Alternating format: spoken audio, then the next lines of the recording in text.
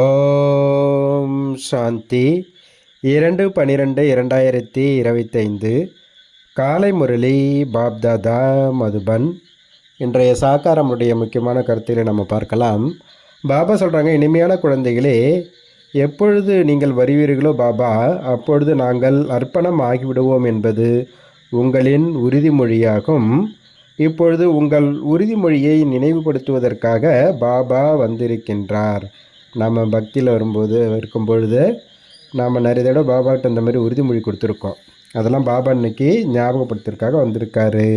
கேள்வி கேட்குறாங்க, எந்த முக்கிய விசேஷத்தன்மையின் காரணமாக பூஜைக்குரியவர்கள் என்று தேவதைகளுக்கு மட்டும் கூற முடியும்? பதில் சொல்றார் பாபா, தேவதைகளுடைய விசேஷத்தன்மை ஒரு பொழுதும் யாரையும் நினைப்பதில்லை, தந்தையையும் நினைப்பதில்லை, யாருடைய சிலைகளையும் நினைப்பதில்லை. ஆகவே அவர்கள் பூஜைக்குரியவர்கள் என்கிறார்கள். அங்கே சுகமே சுகம்தான். ஆகவே யாரையும் நினைக்க வேண்டிய அவசியம் இல்லை. இப்பொழுது நீங்கள் பாபாவின் நினைவினால் இவ்வாறு பூஜைக்குரிய தூய்மையாக மாறிக்கொண்டிருக்கின்றீர்கள். பிறகு யாரையும் நினைவு செய்ய வேண்டிய அவசியம் இருக்காது.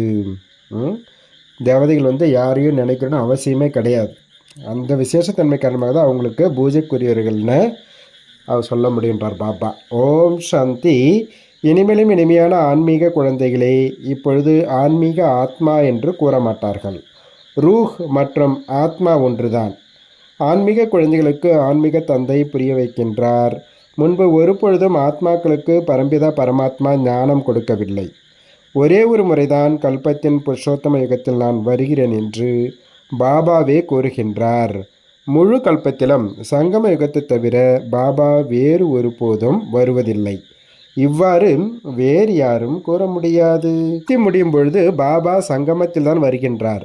மேலும் குழந்தைகளுக்கு பாபா ஞானம் அளிக்கின்றார். தன்னை ஆத்மா என்று உணர்ந்து தந்தையை நினையுங்கள். இது நிறைய குழந்தைகளுக்கு மிகவும் கடினமாக இருக்கின்றது. ஆனால் பாபா சொல்கிறார், அது மிகவும் எளிது. ஆனால் புத்தியில் சரியாக பதிவதில்லை. எனவே அடிக்கடி புரிய வைத்து கொண்டே இருக்கின்றார். புரிய வைத்தாலும் புரிந்து கொள்வதில்லை. பள்ளியில் டீச்சர் 12 மாதம் படிக்க வைக்கிறார்கள். இருந்தாலும் ஒரு சிலர் தேர்ச்சி அடைவதில்லை. இந்த எல்லையற்ற தந்தை கூட தினந்தோறும் குழந்தைகளை படிக்க வைக்கின்றார். இருப்பினும் ஒரு சிலருக்கு தாரணையாகின்றது, ஒரு சிலர் மறந்து விடுகிறார்கள். முக்கியமான விஷயம், தன்னை ஆத்மா என்று உணர்ந்து தந்தையை நினையுங்கள் என்பது புரிய வைக்கப்படுகிறது. என்னை மட்டும் நினையுங்கள் என்று தந்தை தான் கூறுகின்றார். வேறு எந்த மனிதரும் ஒருபொழுதும் இவ்வாறு கூற முடியாது. பாபா நான் ஒரு முறைதான் வருகிறேன் என்கின்றார். கல்பத்தின் முடிவில் சங்கமத்தில் ஒரே ஒரு முறை குழந்தைகளாகிய உங்களுக்கு புரிய வைக்கின்றேன். நீங்கள் தான் இந்த ஞானத்தை அடைகிறீர்கள், வேறு யாரும் அடைவதில்லை. பிரஜாபிதா பிரம்மாவின் வாய்வழி பிராமணர்கள்தான் இந்த ஞானத்தை புரிந்து கொள்ள முடியும்.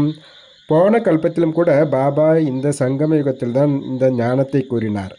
பிராமணர்களாகிய உங்களுக்குத்தான் இந்த நடிப்பு இருக்கின்றது. இந்த வர்ணங்களில் நிச்சயம் சுழல வேண்டும். மற்ற தர்மத்தினர் இந்த வர்ணங்களில் வருவதில்லை. பாரதவாசிகள்தான் இந்த வர்ணங்களில் வருகிறார்கள். பாரதவாசிகள்தான் பிராமணர்களாகவும் ஆகிறார்கள். ஆகவே பாபா பாரதத்தில் வரவேண்டியிருக்கின்றது. நீங்கள் தான் பிரஜாபித பிரம்மாவின் வாய்வழி வம்ச பிராமணர்கள். பிராமணர்களுக்கு பிறகு தேவதைகள் மற்றும் சத்திரியர்கள் இருக்கிறார்கள். சத்திரியர்கள் யாரும் உருவாவதில்லை. உங்களை பிராமணர்களாக மாற்றுகின்றேன். பிறகு நீங்கள் தேவதையாகின்றீர்கள். பிறகு மெல்ல மெல்ல கலைகள் குறையும் பொழுது அவர்கள் சத்திரியர் என்று அழைக்கப்படுகின்றனர். சத்திரியர்களாக தானாகவே மாறுகிறார்கள். தந்தை பிராமணர்களாக மாற்றுகின்றார். பிறகு பிராமணரிலிருந்து தேவதையாக, பிறகு அவர்களே சத்திரியர்களாக ஆகின்றார்கள். 3 தர்மங்களையும் ஒரே ஒரு தந்தை தான் இப்போது ஸ்தாபனை செய்கின்றார். சத்தியுகம் திரேதாவில் மீண்டும் வருவார் என்பதல்ல. மனிதர்கள் புரிந்து கொள்ளாததால் சத்தியுகம் திரேதாவில் வருகிறார் என்கிறார்கள். நான் ஒவ்வொரு யுகத்திலும் வருவதில்லை. நான் ஒரே ஒரு முறை கல்பத்தின் சங்கமத்தில் வருகின்றேன் என்று பாபா கூறுகின்றார். உங்களை நான் தான் பிரஜாபிதா பிரம்மா மூலமாக மாற்றுகின்றேன். நான் பரந்தாமத்திலிருந்து வருகின்றேன். சரி, பிரம்மா எங்கிருந்து வருகின்றார்? பிரம்மா 84 பிறவிகளை எடுக்கின்றார். நான் எடுப்பதில்லை. பிரம்மா சரஸ்வதி தான் விஷ்ணுவின் 2 வடிவமான லட்சுமி நாராயணனாக மாறுகிறார்கள். அவரே 84 பிறவிகளை எடுக்கின்றார். பிறகு அவரின் பல பிறவிகளின் கடைசியில் பிரவேசம் செய்து இவரை பிரம்மாவாக மாற்றுகின்றேன். இவரின் பெயர் பிரம்மா என நான் வைக்கின்றேன். இது இவருடைய பெயர் கிடையாது. குழந்தைகள் பிறந்ததும் 6வது நாள் சடங்கு பிறந்த நாள் கொண்டாடுகிறார்கள். இவரின் ஜாதக பெயர் லேக்ராஜ். அது சிறு வயதினுடையதாகும். இவருக்குள் பாபா சங்கமத்தில் பிரவேசமாகியதும் பெயர் மாற்றப்பட்டு விட்டது. இருப்பினும் வானப்பிரஸ்த நிலையில் இருக்கும் பொழுது பெயரை மாற்றுகிறார்கள். அந்த சந்நியாசிகள் வீடு வாசலை துறந்து செல்லும் பொழுது பெயர் மாறுகின்றது. இவரோ வீட்டில்தான் இருக்கின்றார். இவரின் பெயர் பிரம்மா என வைக்கப்பட்டது. ஏனெனில் பிராமணர்கள் வேண்டும் அல்லவா? உங்களை தன்னுடையராக மாற்றி பவித்திர பிராமணனாக மாற்றுகின்றார். தூய்மையானவர்களாக மாறுகிறீர்கள். நீங்கள் பிறந்ததிலிருந்தே தூய்மையாக இருக்கிறீர்கள் என்பது கிடையாது. உங்களுக்கு தூய்மையாவதற்கான போதனைகள் கிடைக்கின்றது. எப்படி தூய்மையாவது என்பதே முக்கியமான விஷயம் அப்படின்றார் பாபா. பாபா சொல்கிறாங்க, எப்பொழுது தாங்கள் வருவீர்களோ அப்பொழுது நாங்கள் தங்களிடம் அர்ப்பணமாவோம் அப்படின்னு பக்தியில் நீங்கள் உறுதிமொழி கொடுத்துட்டு வந்தீங்க. ஆனால் அவர் எப்பொழுது வருவார்ன்றது யாருக்கும் தெரியல. பல தேகதாரிகள் பெயர் உடையவர்களுக்கு பக்தி மார்க்கத்தில் பூஜை செய்து கொண்டே இருக்கின்றார்கள். அரை கல்பத்தில் பக்தி முடிவடையும் பொழுது பாபா வருகின்றார். நீங்கள் பல பிறவிகளாக நாங்கள் உங்களை தவிர வேறு யாரையும் நினைக்க மாட்டோம் என்று கூறி வந்தீர்கள் என கூறுகின்றார். தனது தேகத்தையும் நினைக்கக்கூடாது. ஆனால் என்னை பற்றி தெரியவில்லை, எனவே எப்படி நினைப்பீர்கள் அப்படின்றார் பாபா. இப்பொழுது பாபா அமர்ந்து குழந்தைகளுக்கு இனிமேலும் இனிமையான குழந்தைகளே, தன்னை ஆத்மா என புரிந்து கொண்டு தந்தையை நினையுங்கள் என புரிய வைக்கின்றார். தந்தையே பதித்த பாவனர். அவரை நினைவு செய்வதால் நீங்கள் தூய்மையாக சதோப்பிரதானமாக மாறுவீர்கள். சத்தியுகம் திரேதாவில் பக்தி செய்வதில்லை. நீங்கள் யாரையும் நினைப்பதில்லை, தந்தையையும் நினைப்பதில்லை, சித்திரங்களையும் நினைப்பதில்லை. அங்கேயோ சுகமாக இருக்கின்றது. எவ்வளவு நீங்கள் நெருக்கத்தில் வருகிறீர்களோ அவ்வளவு கர்மாதீத நிலையை அடைகிறீர்கள் என்று பாபா புரிய வைத்துள்ளார். சத்தியுகத்தில் புது உலகம், புதிய கட்டிடத்தில் நிறைய குஷி இருக்கின்றது. பிறகு 25% பழையதாகிறது என்றால் சொர்க்கமே மறந்து போகின்றது. உங்களுடையராக மாறுவோம், நீங்கள் சொல்வதையே கேட்போம் என நீங்கள் பாடினீர்கள் என பாபா கூறுகின்றார்.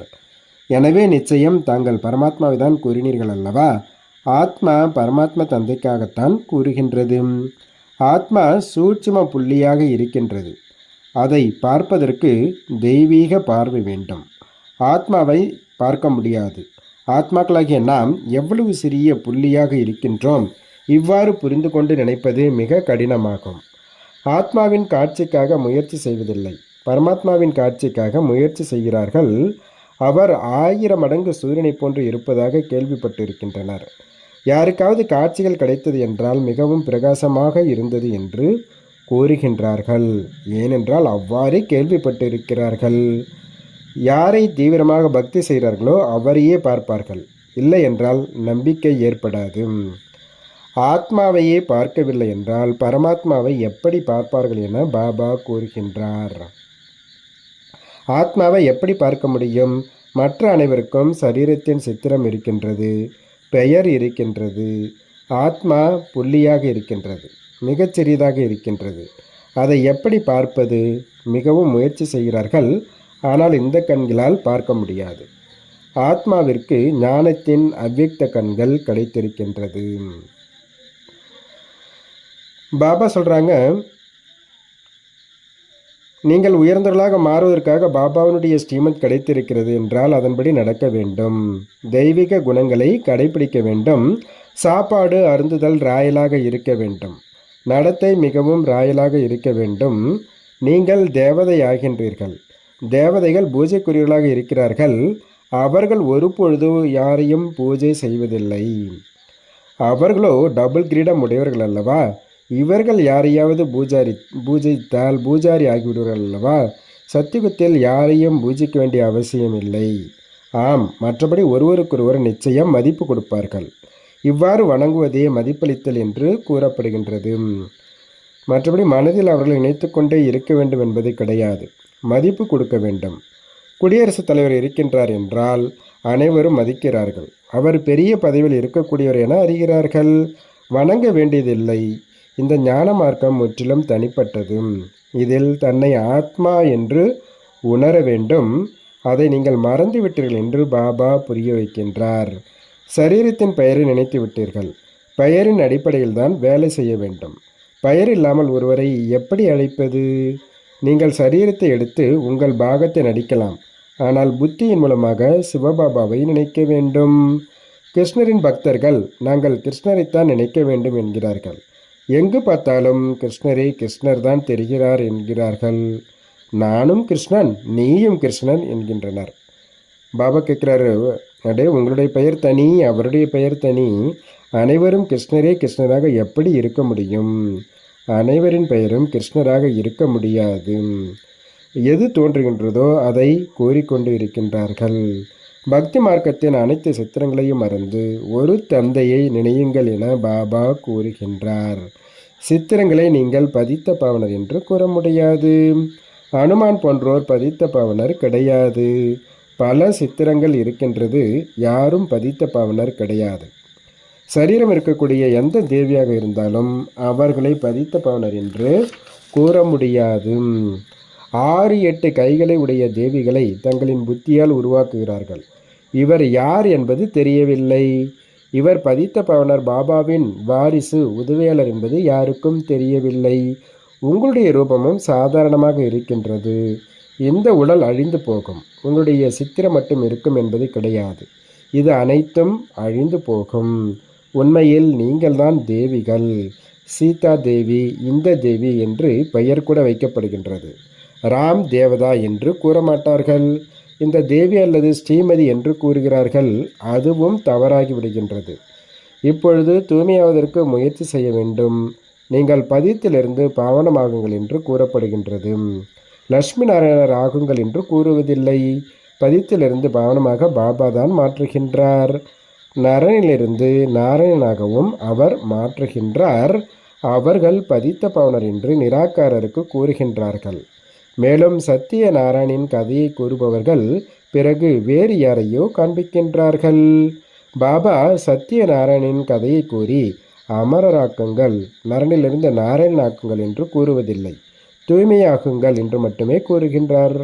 பாபா தான் சத்திய நாராயணின் கதையை கூறி தூய்மையாக்குகின்றார். பிறகு நீங்கள் மற்றவர்களுக்கு சத்தியமான கதையை கூறுகிறீர்கள். வேறு யாரும் அறியவில்லை, உங்களுக்குத்தான் தெரியும். உங்களுடைய வீட்டில் நண்பர்கள், உறவினர்கள், சகோதரர்கள் போன்றோர் இருக்கலாம். ஆனால் அவர்களும் புரிந்து கொள்ளவில்லை என்றார் பாபா. தாரணைக்கான முக்கிய சாரம் ஃபர்ஸ்ட் பாயிண்ட், தன்னை சிரேஷ்டமானவர்களாக ஆக்கிக்கொள்ள பாபாவிடமிருந்து என்ன ஸ்ரீமத் கிடைத்திருக்கின்றதோ அதன்படி நடக்க வேண்டும். தெய்வீக குணங்களை நடைமுறைப்படுத்த வேண்டும். உணவு, நடத்தை அனைத்தும் உன்னதமாக ராயலாக இருக்க வேண்டும். 2வது பாயிண்ட்டு, ஒருவர் மற்றவரை நினைவு செய்யக்கூடாது, ஆனால் மரியாதை நிச்சயம் கொடுக்க வேண்டும். தூய்மையாவதற்காக முயற்சி செய்ய வேண்டும், மேலும் செய்விக்க வேண்டும். பாபா அன்னைக்கு வரதானம் கொடுக்குறாரு. சுவையற்ற சூழ்நிலைகளில் மகிழ்ச்சியின் ஒளியை அனுபவம் செய்விக்கும். எப்பொழுதும் சந்தோஷமானவர் ஆவீர்களாக. பாபா விளக்க சொல்கிறாங்க, எப்பொழுதும் மகிழ்ச்சியாக இருப்பதற்கான வரதானம் எந்த குழந்தைகள் அடைய பெற்றிருக்கின்றார்களோ அவர்கள் துக்கத்தின் அலைகளை உருவாக்கும் சூழ்நிலைகளில், சுவையற்ற சூழ்நிலைகளில், அப்பிராப்தி அனுபவம் செய்விக்கும் சூழ்நிலைகளிலும் எப்பொழுதும் மகிழ்ச்சியாக இருப்பார்கள். மேலும் தங்களது மகிழ்ச்சியின் ஒளி மூலமாக சூரியன் இருளை மாற்றுவது போல துக்கம் மற்றும் வருத்தமான சூழ்நிலைகளை மாற்றம் செய்து விடுவார்கள். இருளுக்கிடையில் வெளிச்சத்தை ஏற்படுத்துவது, அசாந்திக்கிடையில் அமைதியை ஏற்படுத்துவது, சுவையற்ற சூழ்நிலைகளில் மகிழ்ச்சியின் ஒளியை ஏற்படுத்துவது. இதற்குத்தான் எவர் ஹேப்பி, எப்பொழுதும் சந்தோஷமானவர் என்று கூறப்படுகின்றது. தற்சமயம் இந்த சேவையின் அவசியம்தான் இருக்கின்றது என்றார் பாபா. ஸ்லோகன் சொல்கிறாரு, சரீரத்தின் எந்த ஒரு கவர்ச்சியும் யாரை தன் பக்கம் கவர்ந்திழுக்காமல் இருக்கின்றதோ அவரே அசரீரி என்று அழைக்கப்படுவார். நல்லது. ஓம் சாந்தி, ஓம் சாந்தி, ஓம் சாந்தி. நன்றி பாபா.